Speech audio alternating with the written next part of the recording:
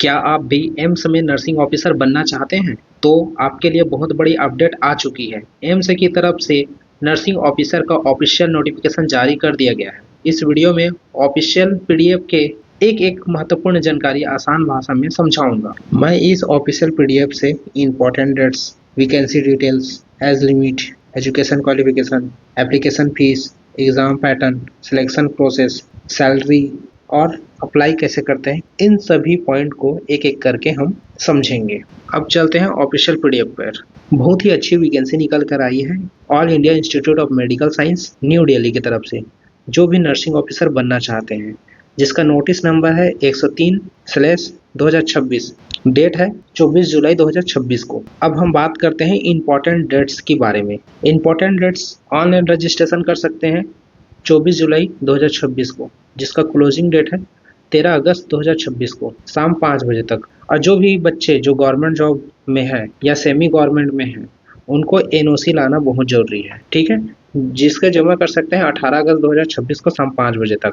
24 अगस्त 2026 को आप जान सकते हैं कि आपका एप्लीकेशन का स्टेटस क्या है, आप एग्जाम में बैठ सकते हैं कि नहीं। सिटी ऑफ एग्जामिनेशन 3 सितंबर को आप जान सकते हैं कि आपको किस सिटी में आपका एग्जाम होने वाला है। 9 सितंबर को आपका एडमिट कार्ड जारी कर दिया जाएगा। इसमें 2 एग्जाम होगा, पहला स्टेज 1, स्टेज 2।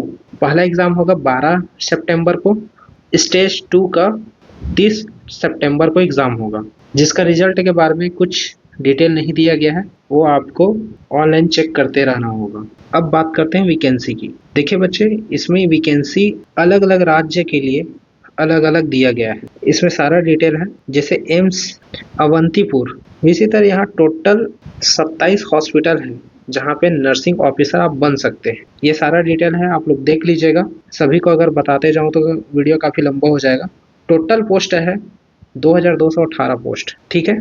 अब बात कर लेते हैं एज लिमिट की। तो जो भी बच्चे 18 से 30 वर्ष के हैं वो इसमें एलिजिबल हैं, और जो भी SC ST या OBC या PWD वाले बच्चे हैं उसको आयु में छूट भी दिया गया है। तो कितना कितना छूट दिया है ये भी हम जान लेते हैं। जो SC ST बच्चे हैं उसको 5 साल का छूट है, OBC वाले को 3 साल का, और जो PWD वाले बच्चे हैं उसको 10 साल का छूट दिया गया है। और जो PWBD OBC वाले हैं उसको 13 साल का, जो PWBD SC ST वाले को 15 साल का। एक्स सर्विस वाले को भी छूट दिया गया है। जो ECO है, जो SSCOS है, उसको 3 ईयर्स का। और भी डिटेल्स है नीचे में, उसको भी देखेंगे हम लोग। जो सेंट्रल गवर्नमेंट में काम कर रहे हैं उनके लिए कम से कम 3 साल रेगुलर पोस्ट में काम करता रहा हो तो उसको 5 साल का छूट दिया जाएगा। ये है जनरल कैटेगरी वाले बच्चे के लिए। और जो भी OBC वाले बच्चे हैं वो भी कंटिन्यू 3 साल तक काम करते ही रहना चाहिए, उसको मिलेगा टोटल 8 साल का छूट। और जो भी SC ST वाले बच्चे हैं उसको मिलेगा 10 साल का छूट। अब बात कर लेते हैं सबसे महत्वपूर्ण चीज, यानी क्वालिफिकेशन। क्योंकि अगर आप पात्र नहीं है तो आपका आवेदन स्वीकार नहीं किया जाएगा,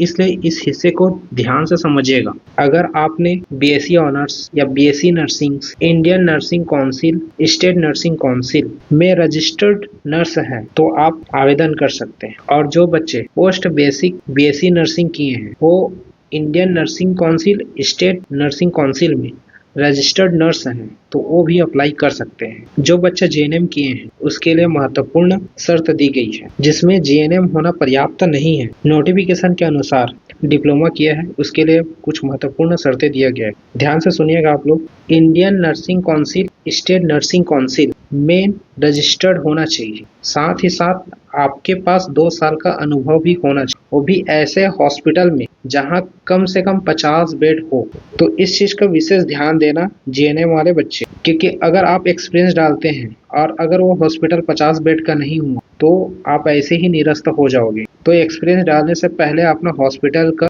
जांच जरूर कर ले, ठीक है। अब बात करते हैं एप्लीकेशन फीस के बारे में। तो जो भी जनरल या OBC कैंडिडेट है उसको 3000, SC ST वाले कैंडिडेट या EWS वाले कैंडिडेट को 2400 रुपया लगेगा। और जो भी PWD वाले बच्चे हैं उसका बिल्कुल भी फीस नहीं लगेगा। और आप transaction debit card, credit card या नेट बैंकिंग से ही कर सकते हैं।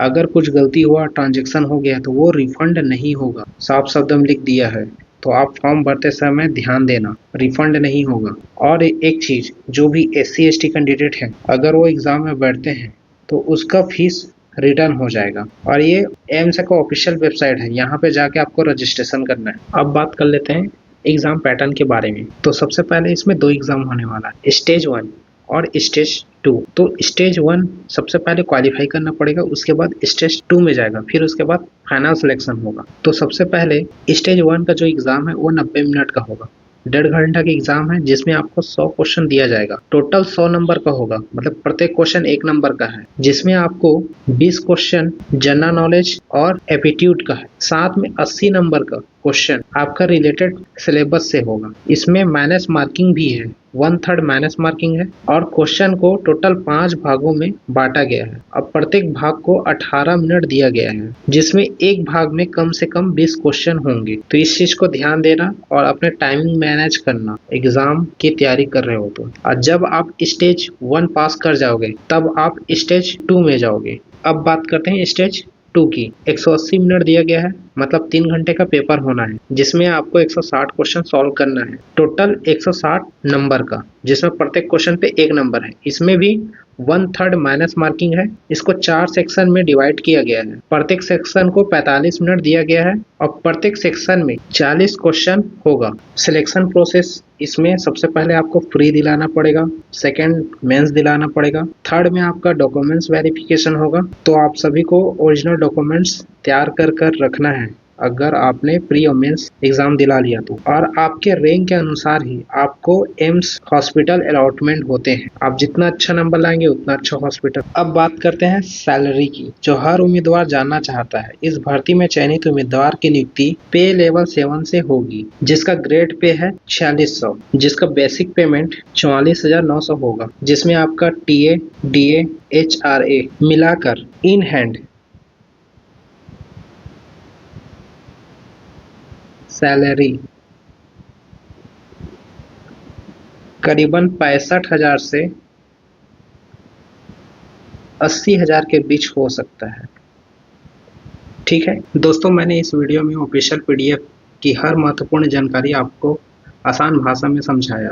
अगर फिर भी आपको कोई सवाल है तो कमेंट कर जरूर पूछें। वीडियो पसंद आए तो लाइक करें, अपने दोस्तों के साथ शेयर करें, और ऐसे ही लेटेस्ट सरकारी नौकरी का नोटिफिकेशन सबसे पहले पाने के लिए हमारे चैनल को सब्सक्राइब करना बिल्कुल ना भूलें। नेक्स्ट नोटिफिकेशन के साथ फिर मिलते हैं।